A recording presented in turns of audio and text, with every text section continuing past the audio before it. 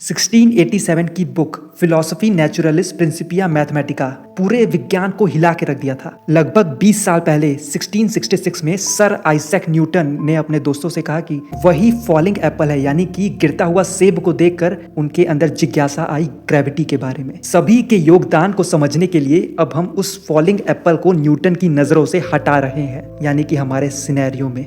इस वीडियो में हम नो न्यूटन यूनिवर्स के 2 सेक्शन देखेंगे। पहला सेक्शन की कैसे डिस्कवरी होती यूनिवर्सल ग्रेविटेशन का अगर सर आइजैक न्यूटन नहीं किए होते तो, और दूसरा सेक्शन यह कि इस दुनिया पे क्या असर पड़ता अगर प्रिंसिपिया बुक नहीं लिखी गई होती तो।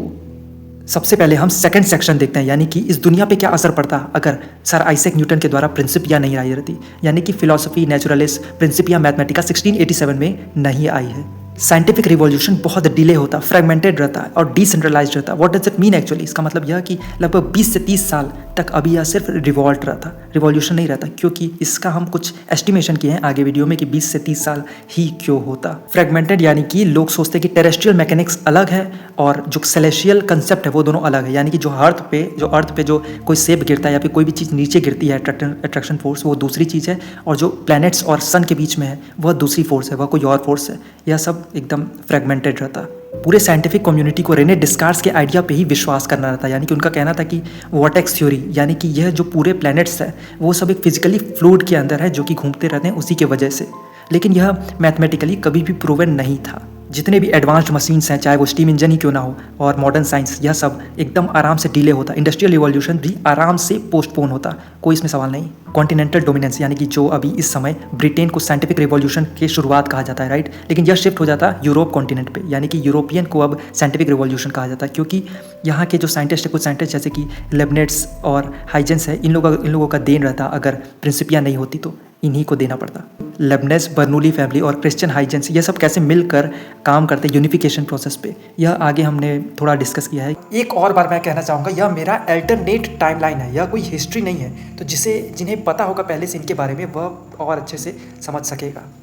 तो यह था हमारा सेकंड सिनेरियो। अब let's move to the first scenario, like कैसे अब यह पॉसिबल होता कि हम जो आज है वो हो पाता, यानी कि जो प्रिंसिपिया में लिखा गया है, प्रिंसिपिया की वजह से जो डेवलपमेंट हुआ हर जगह वो पॉसिबल हो सकता था, भले ही डिलेड। यानी कि सेब को गिरते हुए सर आइजैक न्यूटन कभी भी ऑब्जर्व नहीं किए रहते कि कुछ हुआ है क्या, कुछ ग्रेविटी, कोई फोर्स ऑफ अट्रैक्शन हुआ है क्या। लेकिन हम बहुत खुश होते हैं कि इतना अच्छा रहता, चैप्टर कम रहता, ये वो, राइट, लेकिन इसका नुकसान हमें बहुत झेलना पड़ता, डिले होता, ये वो। लेकिन ऐसा भी नहीं है कि अगर प्रिंसिपिया नहीं लिखी रहती तो यूनिवर्सल ग्रेविटेशन जैसा कुछ कभी होता ही नहीं, कभी हम लोग को कुछ पता ही नहीं रहता। एक फेमस मीटिंग है जनवरी 1684 में 3 साइंटिस्ट के बीच में, क्रिस्टोफर रेन, रॉबर्ट हुक और एडमंड हैली। यह सब बैठते हैं और सोचते हैं कि इन्वर्स स्क्वायर जो रिलेशनशिप है वो पहले ही आ चुका था रॉबर्ट हुक के द्वारा, तो इससे प्लैनेटरी मोशन जो है वो एलिप्टिकल ऑर्बिट में घूमता है, राइट, लेकिन एलिप्टिकल ऑर्बिट को इस इन्वर्स स्क्वायर रिलेशनशिप से कैसे प्रूव किया जाए, तो यह उन्हें पता नहीं चल पा रहा था, क्योंकि इसके लिए मैथमेटिकल स्किल्स चाहिए, वो भी इसको डिराइव करना इतना आसान नहीं था, उनके द्वारा नहीं पॉसिबल था। एडमंड हैली ने ही सर आइजैक न्यूटन को मोटिवेट किया और उनके इस प्रिंसिपिया को एडिट किया और इसे फाइनेंस भी किया कि भाई आप इसे पब्लिश करिए, इसमें दम है, इसका कुछ ना कुछ रिवॉल्यूशन साइंटिफिक हो सकता है तगड़ा वाला। लेकिन इस सिनेरियो में अगर ऐसा नहीं होता है, अगर न्यूटन प्रिंसिपिया लिखते ही नहीं है, तो एडमंड हैली को शायद कहीं और जाना पड़ता इस इन्वर्स स्क्वायर रिलेशनशिप को लेके। तो मे बी वो जाते एक क्रिश्चियन हाइजेंस के पास, जो कि डच फिजिसिस्ट थे, राइट। वही ये क्रिश्चियन हाइजेंस वही है जो सबसे पहले सेंट्रीपेटल फोर्स को डिराइव किया है, F=mv²/r, यानी कि कोई भी ऑब्जेक्ट अगर सर्कुलर मोशन में घूमता है तो एक इनवर्ड फोर्स उस पर लगता ही है।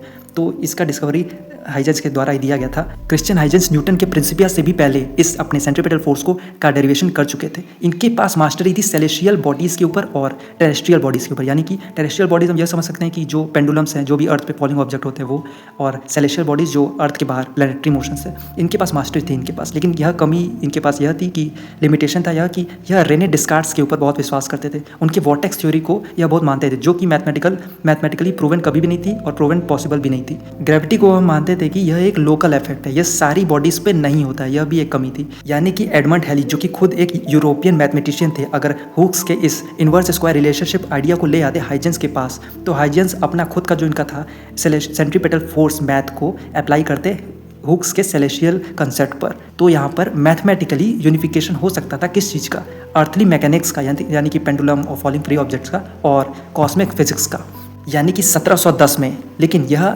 20 से 30 साल लेट है, जो कि न्यूटन ने किया था अपने प्रिंसिपिया में, राइट।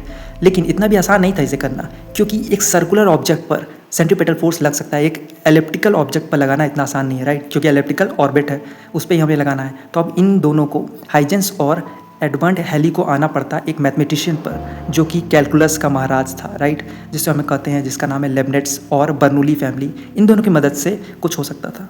लेबनिट्ज वही है जिन्होंने सबसे पहली बार कैलकुलस का इन्वेंशन किया था पब्लिकली, लेकिन इसे इन्होंने प्रिंट किया। लेकिन अगर देखें, उससे पहले ही सर आइजैक न्यूटन ने कर चुका था, लेकिन वह सिर्फ अपने प्राइवेट सर्कुलेशन में, उनका सिर्फ मैन्युस्क्रिप्ट्स में रह गया था।